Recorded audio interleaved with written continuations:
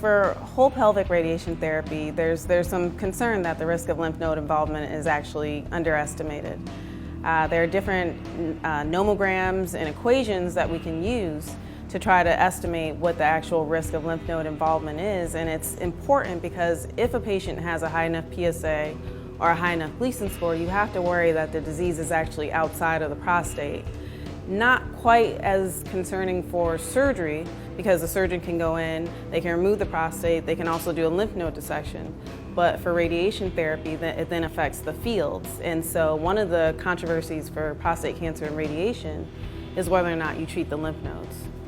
In most cancers, if the risk of lymph node involvement is greater than 15%, you treat the lymph nodes. So in breast cancer, you treat the lymph nodes. In head and neck cancer, you treat the lymph nodes. In prostate cancer, it's kind of swung back and forth in terms of whether or not to treat the lymph nodes. There's been no randomized trial that has shown a survival benefit to treat the lymph nodes, but part of that is also trial design. So our major cooperative group, RTOG, has run a few different trials, a few prospective randomized trials on whether or not to treat whole pelvis, but it's always been a 2x2 design where hormonal therapy was a factor as well as field size.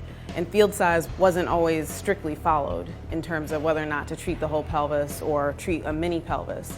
So when they did the follow-up to RTOG 9413 in 2007, a lot of people considered that to be a negative trial because the arm with neoadjuvant hormonal therapy and prostate-only radiation therapy did just as well as the whole pelvic arm.